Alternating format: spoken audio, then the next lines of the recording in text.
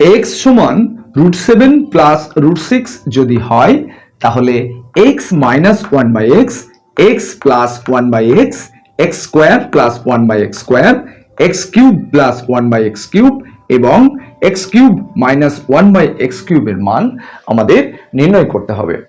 এই অঙ্কটা খুব সহজেই আমরা কষে ফেলতে পারি। মাই ডিয়ার স্টুডেন্টস, তোমরা দেখে নাও এই অঙ্কটা কত সহজে আমরা কষে ফেলতে পারি। প্রথমে আমাদের x এর মানটা দেওয়া আছে, কত না √7 প্লাস √6। এখান থেকে আমরা 1/x এর মানটা নির্ণয় করে ফেলবো। দেখো ফ্রেন্ডস কিভাবে হয়। আমরা লিখতে পারি 1/x। 1/x সমান কি হবে?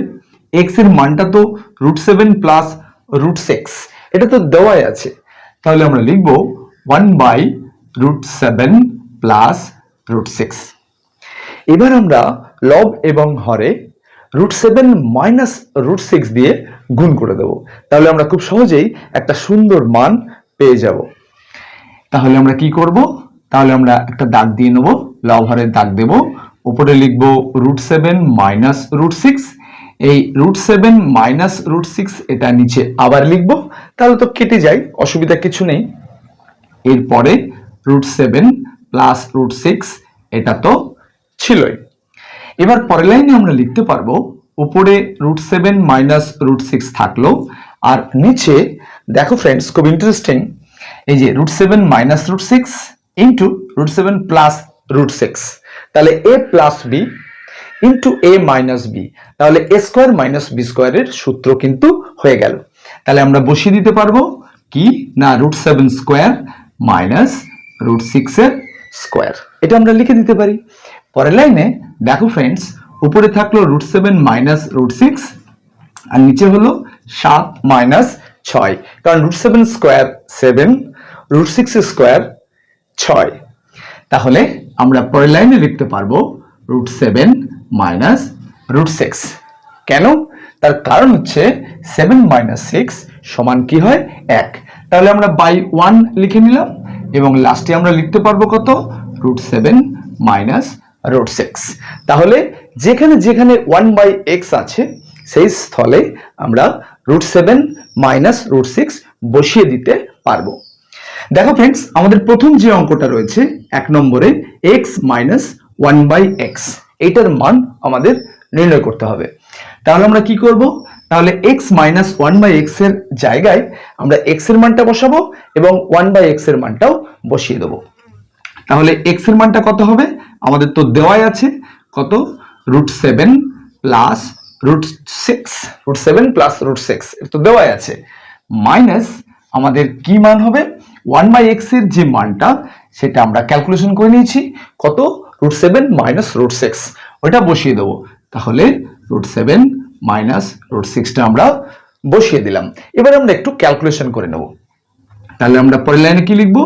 √7 প্লাস √6 মাইনাস √7 আর মাইনাসে মাইনাসে প্লাস √6, এটা আমরা লিখবো। এবার আমরা যেটা করব √7 কেটে গেল, তাহলে আমাদের মান কত হলো √6 আর √6, তাহলে 2√6, এটাই হলো আমাদের উত্তর, প্রথম অঙ্কের উত্তর। এবার আমরা দ্বিতীয় অঙ্কটাতে চলে আসি। দ্বিতীয় অঙ্কটা কি আছে? একই রকম আছে, x plus 1/x, x plus 1/x। আগের বেলায় কি ছিল? মাইনাস ছিল, এবার কি প্লাস। তাহলে আমরা খুব দ্রুত মানগুলো বসিয়ে দেবো। কত? x এর মানটা হলো √7 প্লাস √6, এটা x এর মান, প্লাস আর 1/x এর মান আমরা তো আগেই বার করেছি, কত √7 মাইনাস √6। এবার √6 কেটে গেল, তাহলে √7 আর √7 কটা √7? দুটো √7, তাহলে আমাদের অ্যান্সার হয়ে গেল 2√7। এটা হলো আমাদের দ্বিতীয় অঙ্কের উত্তর। তোমরা নিশ্চয়ই বুঝতে পারছো। এবার আমরা তৃতীয় অঙ্কটা করব। তৃতীয় অঙ্কটা কি আছে? x square plus 1/x square. আমরা জানি a স্কোয়ার প্লাস b স্কোয়ারের একটা খুব সহজ ফর্মুলা রয়েছে, সেটা কি? সেটা a plus b whole square minus 2ab, এটা আমরা ব্যবহার করব। তাহলে আমরা কি লিখব? x স্কোয়ার প্লাস 1/x স্কোয়ারের ক্ষেত্রে আমরা কি লিখব? আমরা লিখব x প্লাস 1/x তার whole square minus 2ab 2 into X into 1/x। এটা আমরা লিখবো, ফর্মুলাটা আমরা জানি, ক্লাস 6 এবং 7 এ এই ফর্মুলাটা তো সেখানেই হয়। এবার আমরা কি করব, x প্লাস 1/x এর মান, যেটা এই অঙ্কটার ক্ষেত্রে আমরা বার করেইছিলাম, কত, x প্লাস 1/x এর জায়গায় কত, 2√7, এটা আমরা বসিয়ে দেবো। তাহলে পরের লাইনে আমরা কি লিখবো, 2√7, কার মান, x প্লাস 1/x। কোথা থেকে পেয়েছি না, 2 নম্বরটা থেকে আমরা ক্যালকুলেশন করে পেয়েছি। এটার স্কোয়ার হবে মাইনাস x তো কেটেই গেল, তাহলে এখানে শুধুমাত্র 2 পড়ে থাকলো। এবার যদি আমরা একটু ক্যালকুলেশন করি, 2√7 এর হোল স্কোয়ার, তার মানে কি, 2 স্কোয়ার করলে তো 4 হয়, আর √7 এর স্কোয়ার করলে কত হয়, √7 ইন্টু √7, তাহলে কত হলো 7।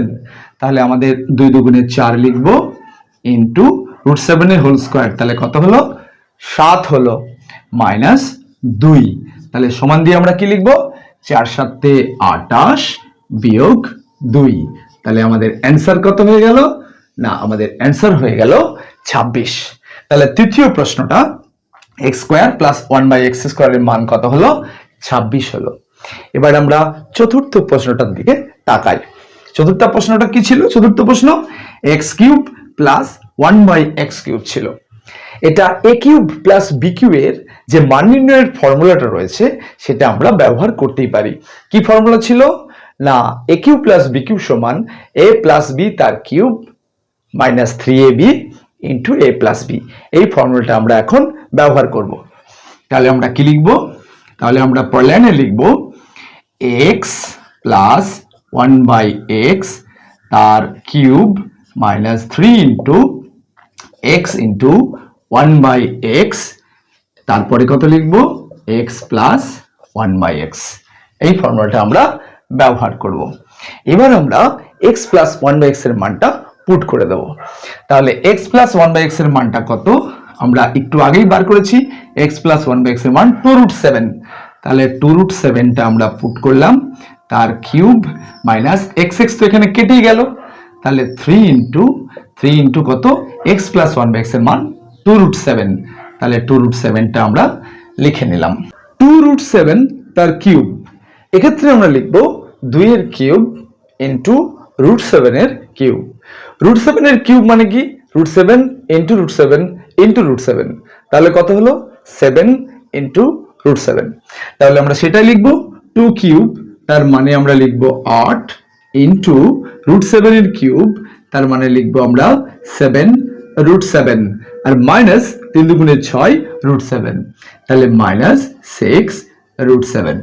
তাহলে আমরা একটু ছোট্ট ক্যালকুলেশন করলে উত্তর পেয়ে যাব, 7 8 56 √7 মাইনাস 6√7, তাহলে √7 56টা, √7 6টা, 56 থেকে 6 বাদ দিলে আমরা অ্যান্সার পেয়ে যাব 50√7, তাহলে আমাদের উত্তর হয়ে গেল কত, 50√7।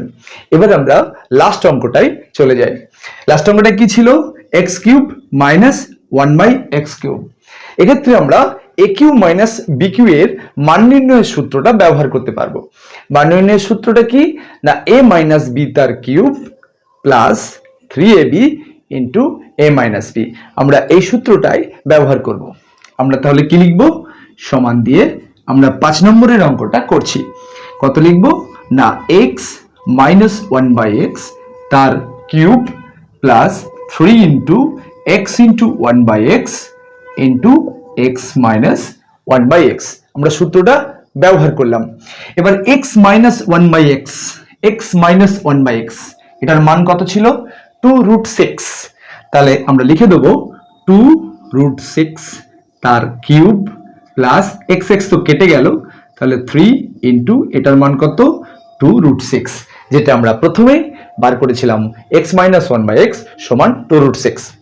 এবার আমরা একটা ছোট্ট ক্যালকুলেশন করব, এটা যেমন করেছিলাম একই রকম ভাবে করব।